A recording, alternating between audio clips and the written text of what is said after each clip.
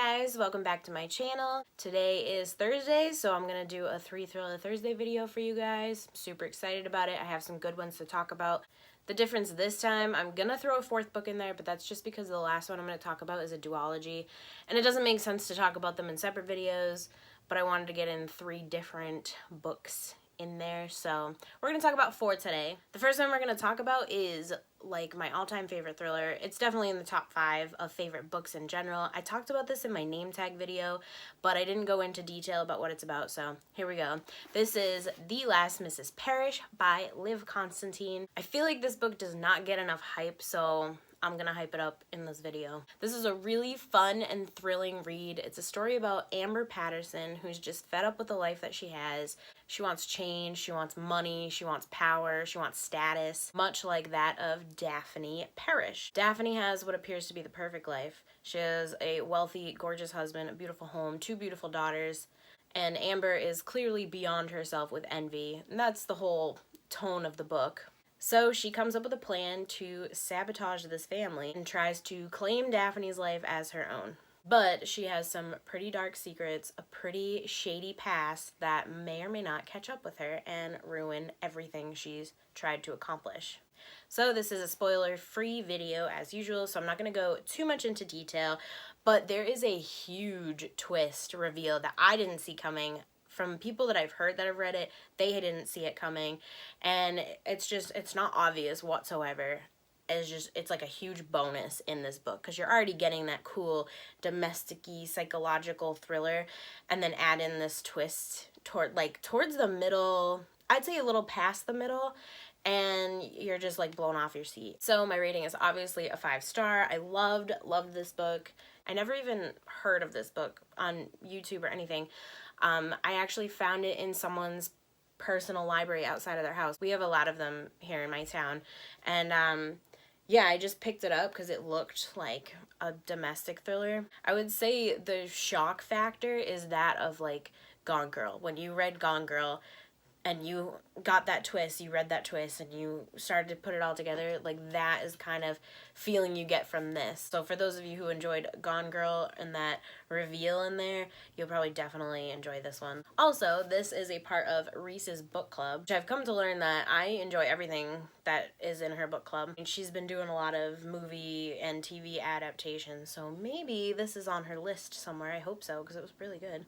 So for me, there was nothing wrong with this book. That's why it has 5 stars. The writing was great. I don't think it dragged at all. I think the pace was perfect. I was fully invested, and I also picked up the audiobook in addition to it, and that was really good as well. The plots, the twists, the turns, the characters, all of it was just really, really good. And even like when I was getting ready to do this review, I was like, oh, I can't wait to read this again. So it's definitely on the top of my list. Can't say it enough. Please check it out if you like psychological thrillers, if you like the synopsis. And I just have to say, like, it's not exactly what it appears to be. So there's a lot of stuff that goes on into it that you don't expect coming. This is one that I wish I could unread so I can reread it. And for booktubers, you guys probably see I comment and recommend this book all the time on other booktubers because it's so great. So that's it. I'll stop talking about this one. The Last Mrs Parish by Constantine, and she's coming out with a new book. I actually applied for it on NetGalley to try to get the ARC, so we'll see. Hopefully I get it. Alright, this next one I found at Savers for like $3. This is when I went on like a book buying binge. I got every thriller I've heard of from anybody. This is a common name I'm sure you guys have heard of.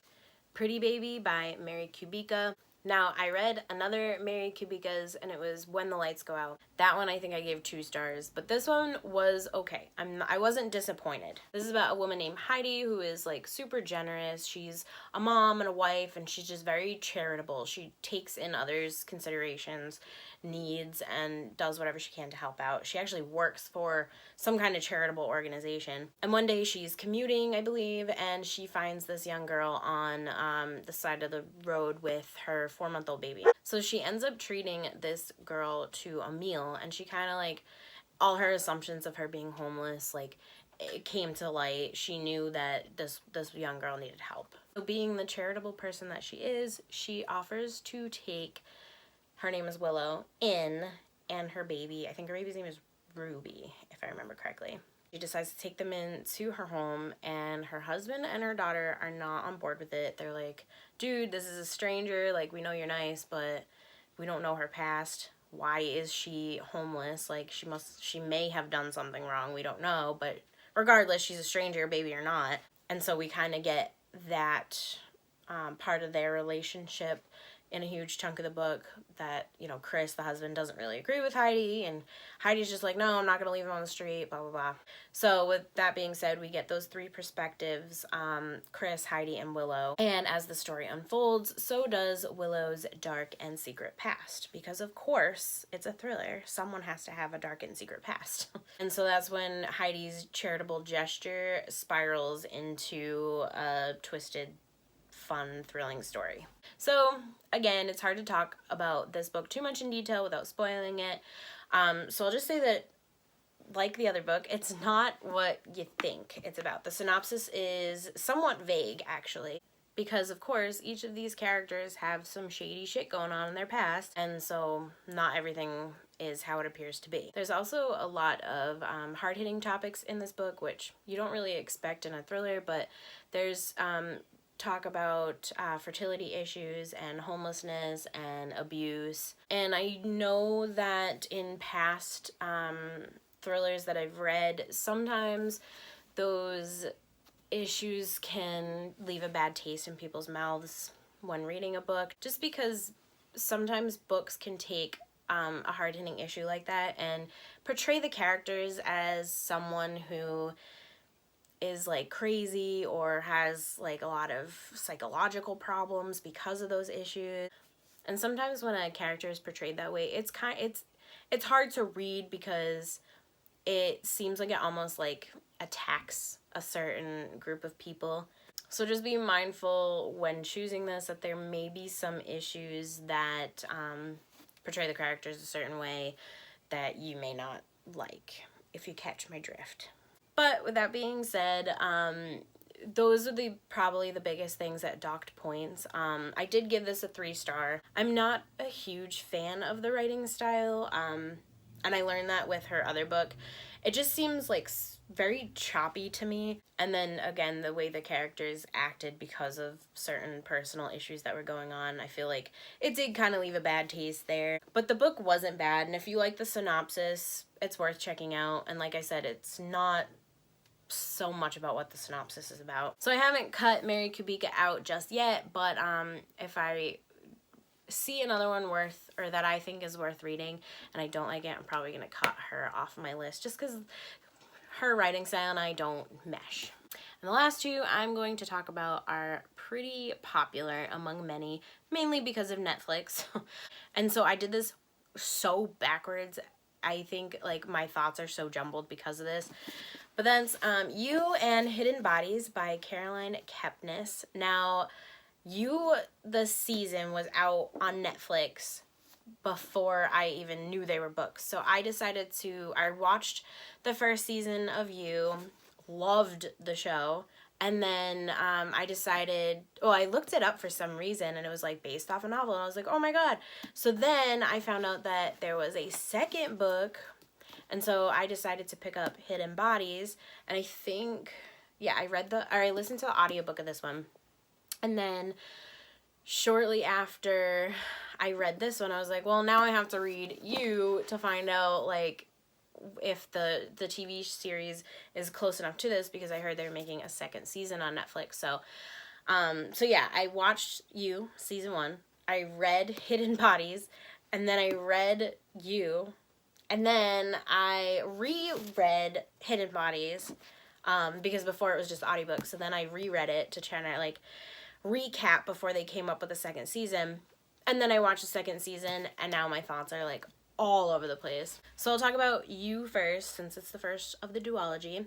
For those of you who don't know, this is about Joe Goldberg. He works at a local bookstore in New York. The whole thing is written in second person from Joe, which is partially why I gave it a 5-star, because I just thought that was such a cool way of doing it. And it's basically written to the girl that he's stalking, which her name is Guinevere Beck. This girl is like trying to make it big in writing. She's all over social media. So she's very easy to stalk for Joe. And she comes into his bookstore one day, and that's kind of like where he got hooked. If you haven't seen the show, there's just some crazy stuff that happens. He is like the ultimate stalker. How he doesn't get caught 99% of the time, I'm just like, that's crazy. But there are people really out there like that. And yeah, so the weird thing about this book for me is that Joe is obviously a creep, and like he has issues, and you don't want to like him, but you secretly love him. Like, he's just such a cool guy. He's real. Like, he doesn't act to get attention, which is kind of how everybody is in New York, and that's kind of how Beck is. So throughout this entire book, I loved Joe's character. I loved the story. I loved the writing. Caroline Kepnes does an amazing job. Especially doing second person. I feel like that's hard.